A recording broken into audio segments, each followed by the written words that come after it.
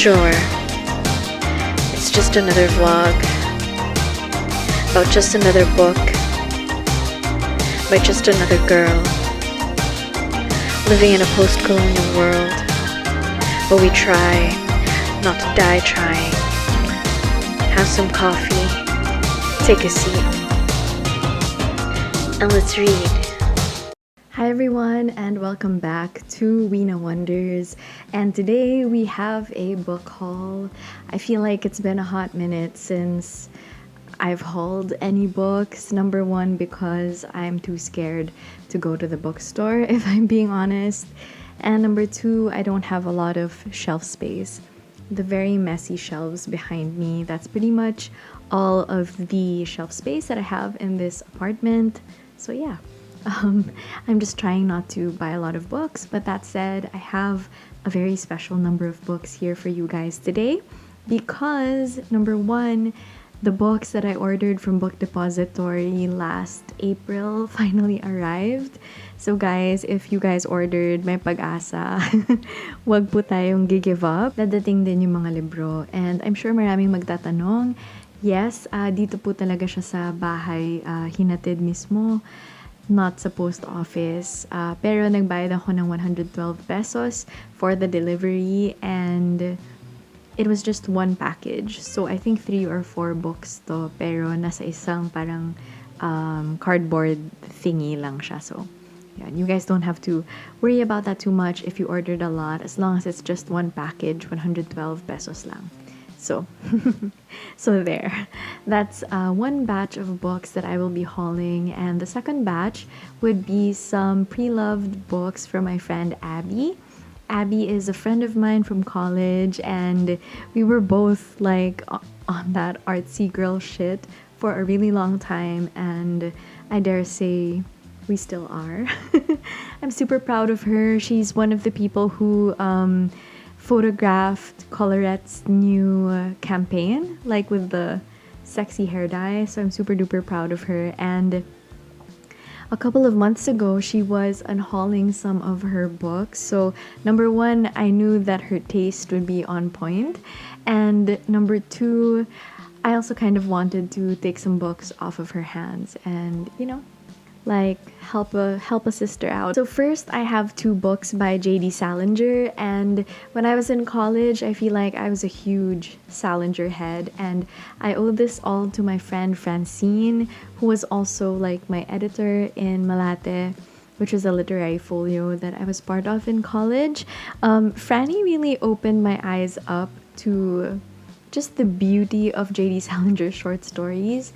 I feel like before reading his short stories, I didn't really fall in love with his writing because all I had read was Catcher in the Rye.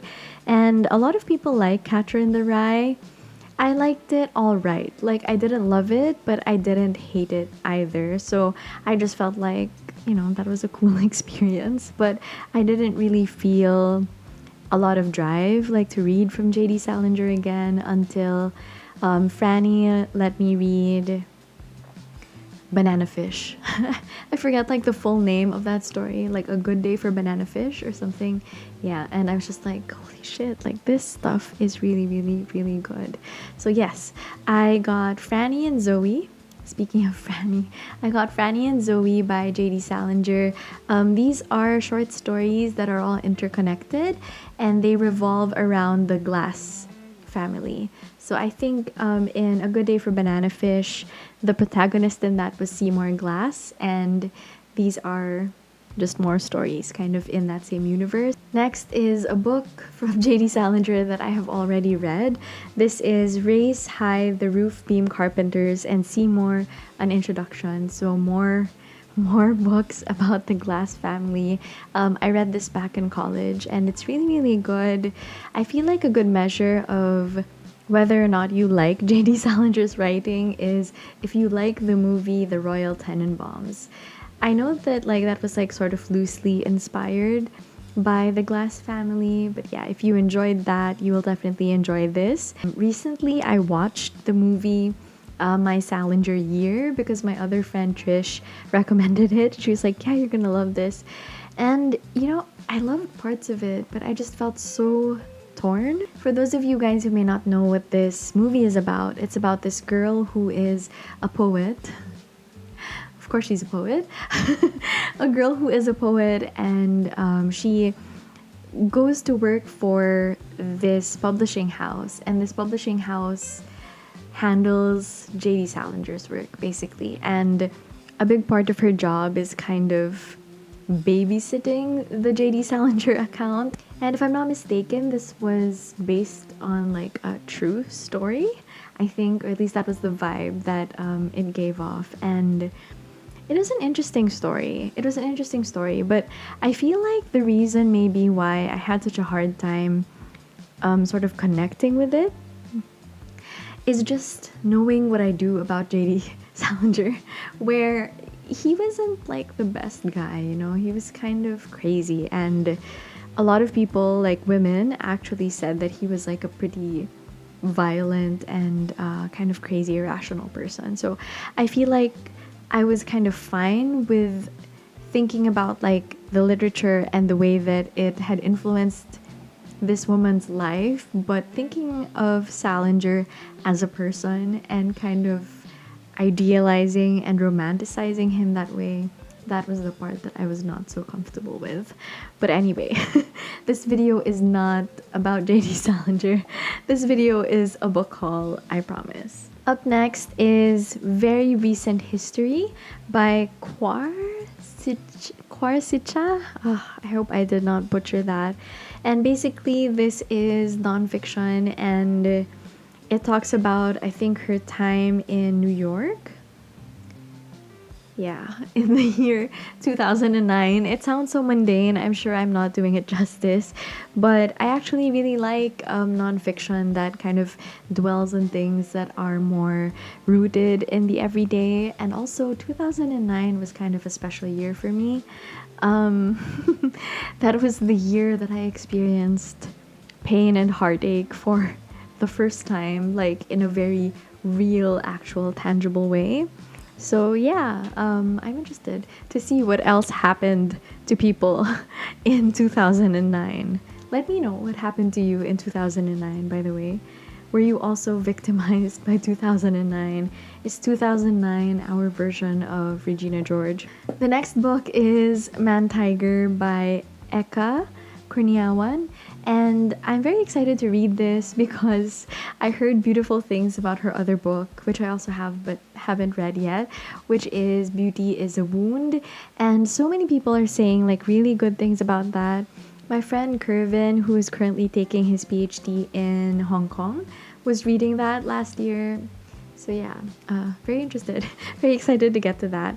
And this is about two people whose fates are intertwined, and it doesn't really say much else, just that there's a lot of heartbreak and mystery, and I'm always down for something like that. Now, let's move on to the book depository books. Guys, ito na.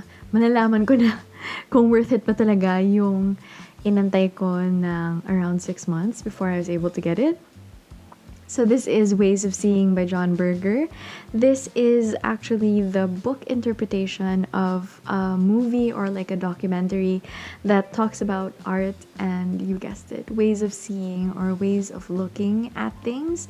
And I'm very interested in like things like this because my thesis is kind of on that. It's about the experience of watching film, the experience of seeing yourself quote-unquote represented in film, and a lot of people talk about this. My friend Austere talks about this a lot, so yes, I'm very interested in reading this. And of course, it is not a We Know Wonders haul without some poetry, and this is My New American Best Friend by Olivia Gatwood.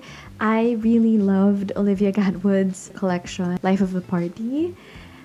Like, that was such a good collection, and yeah, I very distinctly remember the day that I finished reading it because it was a Sunday, it was raining. I was reading it and everyone was like taking a nap. At the time, I was living with my friend Austere and my boyfriend Kevin in my old apartment, and every Sunday it would just be very like sleepy vibes.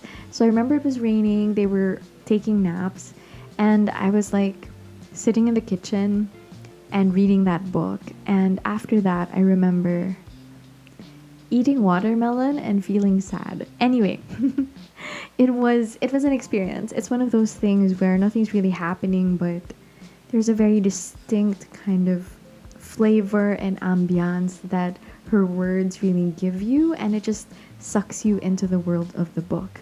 So that said, I was very interested in more poetry from Olivia Gatwood, and I think that this has a lot to do with coming of age and sexuality and discovering who you are by discovering the different relationships that you can have with other people, which is very, very much up her alley. And so, yeah, I'm super excited to read this.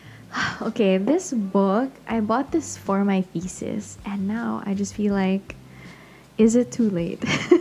Now that the proposal has been approved, and this is The Poetics of Space by Gaston Bachelard. How do you say that? Gaston. No one walks like Gaston. Gaston Bachelard?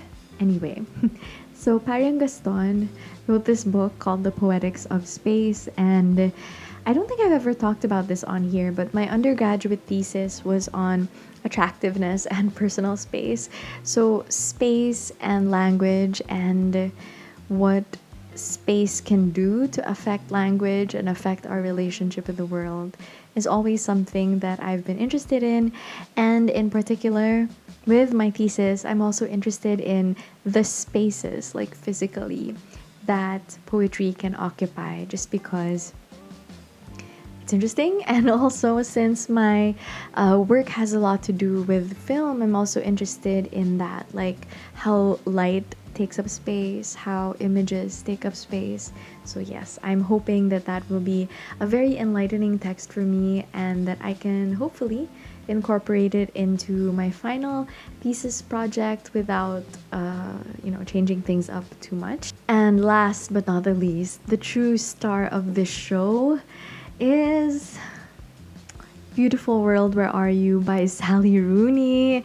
I freaking love Sally Rooney so much. I'm actually thinking of like doing a video on her work because I've read everything that she has written. And yes, I am so excited to read this. This is the next thing that I'm going to be reading, like right freaking now. I've just been super duper busy with work, but I will get to that. This book is about a writer, and it's about an extraordinary like friendship or relationship that she has. And I'm so I'm so excited because Sally Rooney writes about relationships in this super beautiful, delicious, amazing way. And just the fact that she is writing about a writer, I'm into that. I'm into that, you guys. I am super freaking pumped, and I cannot wait to tell you guys what I think about that. Yeah. So before I end this video, I want to say thank you, by the way, for 2,000 subscribers. I know that that's not like super huge in the bigger scheme of things, but that's huge for someone like me. I'm just a normal person.